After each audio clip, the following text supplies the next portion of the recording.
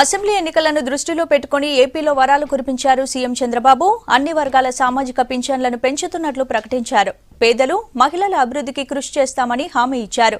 పెంచిన పింఛన్లను ఈ నెల నుంచి అమలు చేస్తామని చెప్పారు చంద్రబాబు.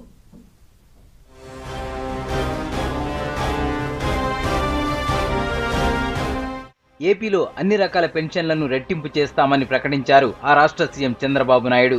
నెల నెల వృద్ధులు, వితంతువులకు ఇస్తున్న పింఛన్ డబ్బును డబుల్ చేస్తామని చెప్పారు. పాత కొత్త పింఛన్లు కలిపి ఫిబ్రవరి నెలలో అందిస్తామన్నారు. మార్చి నుంచి అందరూ 2,000 రూపాయల పింఛన్ తీసుకుంటారని తెలిపారు. కార్యక్రమంలో 60,000కు పైగా ఎస్సీ ఎస్టీలకు 66,276 ఎకరాల భూముల పట్టాలిచ్చారు సీఎం. పసుపు, కుంకుమ పేరుతో మహిళల చేతికి పట్టాలు అందజేశారు. మహిళల్ని లక్షాధికారులను చేయడానికి అహర్నిశలు శ్రమిస్తున్న సీఎం ఆడపడుచుల కోసం 12 కోట్లతో శానిటరీ రక్ష పథకం తీసుకొచ్చామన్నారు.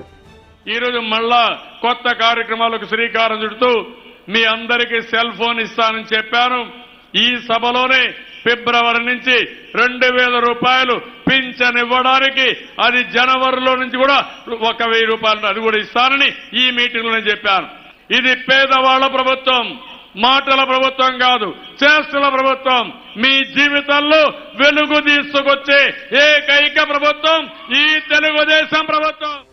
జన్మభూమి కార్యక్రమంతో ప్రతి పేదవాడికి ఇళ్లు కట్టిస్తామని హామీ ఇచ్చారు ఏపీ సీఎం చంద్రబాబు. ప్రతి ఇంటికి తాగునీరు, డ్రైనేజీ వ్యవస్థ ఏర్పాటు చేస్తున్నట్లు తెలిపారు. ఏప్రిల్ నుంచి ఎన్టీఆర్ వైద్య సేవ కింద పేదలకు 5 లక్షల రూపాయల వైద్యం అందిస్తామన్నారు చంద్రబాబు. వరదలు, తుఫాన్లు, కరువు మధ్య రైతుల ఆదాయాన్ని రెట్టింపు చేసిన ఘనత రాష్ట్రానికి దక్కుతుందన్నారు. తాగునీటి కోసం నదుల అనుసంధానం చేపట్టామని చెప్పారు.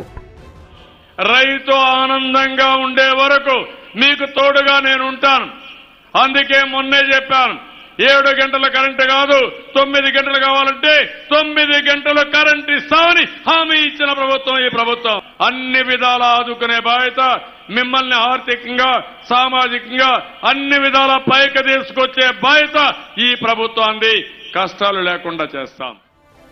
పాడి పశువులకు బీమా సౌకర్యం కల్పిస్తానన్న సీఎం ప్రతి పేద కుటుంబానికి సెల్ ఫోన్ ఇస్తానన్న హామీ నెరవేరుస్తామన్నారు.